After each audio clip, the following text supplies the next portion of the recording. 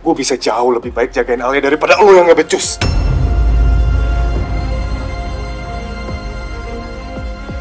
Lo ngaku sebagai suaminya Alia, tapi apa buktinya, Devan? Sekarang Alia lagi hamil muda. Ini trimester pertamanya dia, 3 bulan yang paling penting buat dia. Tapi lo nggak tahu soal itu. Karena lo nggak becus, lo nggak layak ngelindungin dia. Karena lo nggak bisa jadi suaminya dia, Devan.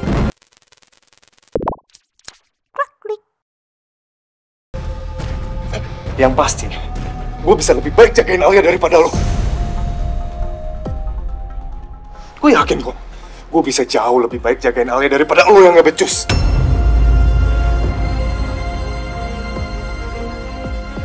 Lo ngaku sebagai suaminya Alia, tapi apa buktinya, Devan? Sekarang Alia lagi hamil muda. Ini trimester pertamanya dia, 3 bulan yang paling penting buat dia. Tapi lo nggak tahu soal itu. Karena lo nggak becus, lo nggak layak ngelindungin dia. Karena lo nggak bisa jadi suaminya dia, Devan. What's going on? Apa-apaan sih Pak Cakra? Kalau Pak Herman tahu? Apa lo bilang? Apa lo bilang? Pak Devon! Pak Cakra!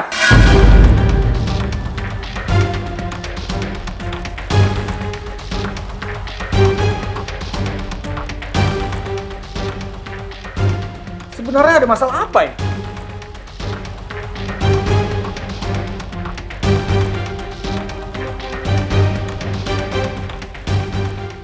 I apologize, Mr. Edward, Pak Adrian. What you witnessed is nothing more than a small misunderstanding. Ya, sure. Ini hanya kesalahpahaman kecil. Mr. Edward, Pak Adrian, saya mohon maaf atas kejadian ini.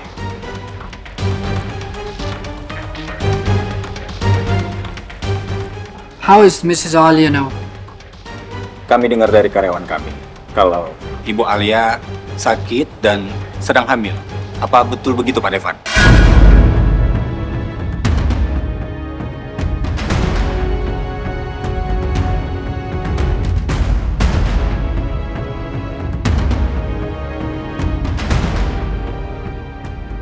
Misi Pak Devan, ambulans sudah siap di depan gedung.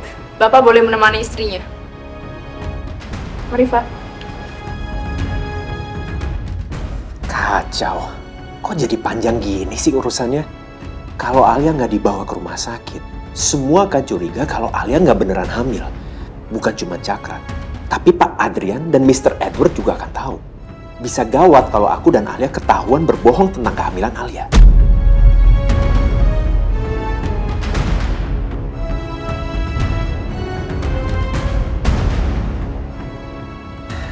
Dan itu nggak baik untuk hubungan bisnis aku ke depan dengan Mr. Edward dan Pak Adrian. Jadi mau nggak mau, terpaksa aku harus melanjutkan kebohongan ini.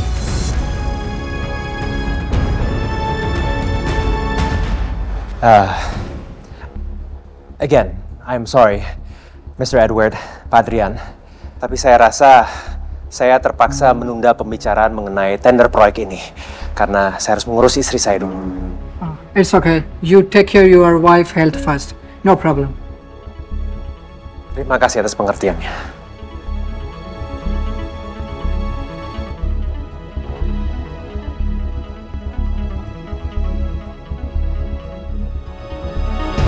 Pak Cakra, tolong jaga sikap Anda.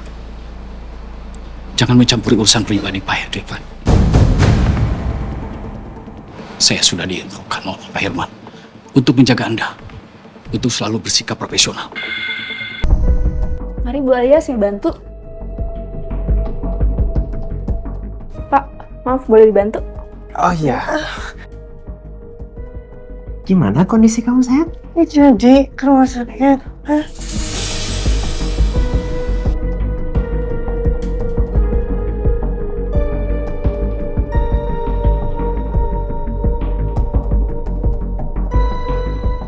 Bu Alia, gimana kondisi Bu Alia?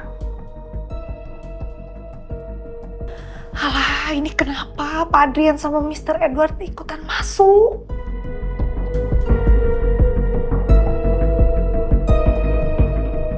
Permisi bapak-bapak, Bu Alia mau dibawa ke ambulan untuk dibawa ke rumah sakit.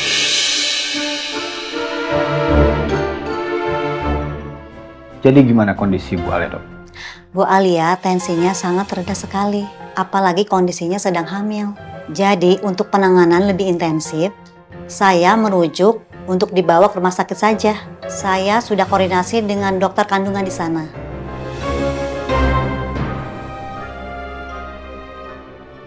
Kalau begitu Bu Alia harus segera dibawa ke ambulan untuk segera diperiksa di rumah sakit.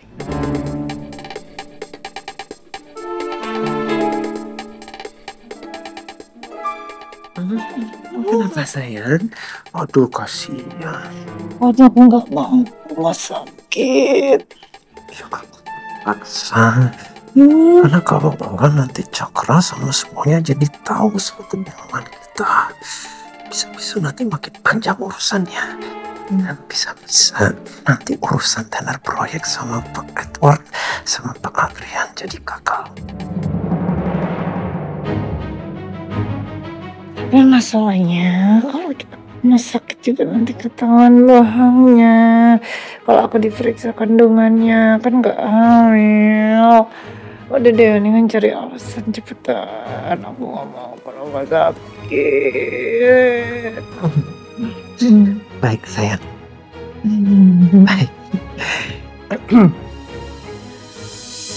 Maaf ya dokter, tapi istri saya dia barusan mengatakan bahwa dia tidak mau diantar ke rumah sakit menggunakan ambulans karena dia memiliki fobia dengan suara sirena ambulans. Jadi saran saya, betul kan sayang? Ya jadi saran saya aja yang akan mengantarkan Ibu Alia menggunakan mobil saya sendiri karena kebetulan kami juga memiliki dokter pribadi yang sudah biasa menangani istri saya di rumah sakit langganan keluarga. Ini sekedar untuk menjaga kenyamanan dari istri saya, biar dia nggak makin stres dan juga biar dia lebih nyaman ditangani oleh dokter yang sudah biasa menangani dia. Bagaimana dok? Pertimbangan Bapak memang ada benarnya. Yang terpenting, pasien merasa nyaman. Silahkan kalau seperti itu. Terima kasih dokter. Aku bantu ya. Yakin.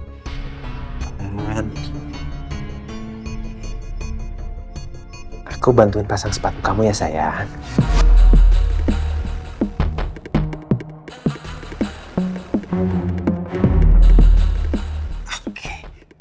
Permisi ya dokter, permisi Pak Adrian, Pak Edward, sekali lagi saya minta maaf ya. Silakan Pak Devan. Sus, biar saya aja. Silahkan Pak. Devan, maaf ya. Gara-gara aku sakit urusan tender kamu jadi ditunda. Oh, gak perlu minta maaf, kan kamu gak salah. Justru aku yang salah. Udah tahu kamu lagi gak fit, masih aja aku ajak kamu ke sini. Tadi tuh aku udah berusaha banget buat nahan mual-mualnya, tapi aku nggak tahan. Aku ngelihat seafood-seafoodnya tuh enak. Terus sekarang gimana? Sekarang sih udah mendingan jauh. Mualnya udah enggak, terus pusingnya juga udah nggak terlalu.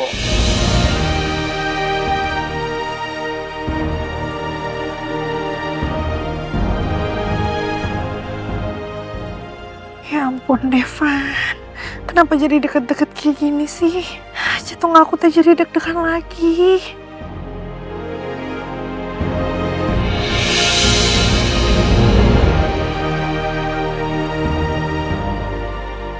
Suhu badan kamu normal kok. Kamu kok tegang gitu? Kamu tuh yang bikin aku tegang. Kalau deket-deket aku, waduh Devan.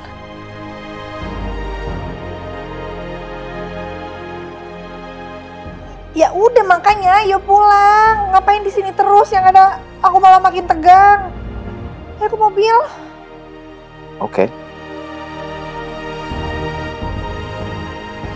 Devan teh kebiasaan, selalu bikin aku jantungnya berdebar-debar. Tapi dia nyaman nyantai weh, gak pernah sadar. Jadi weh aku yang kebingungan sendiri.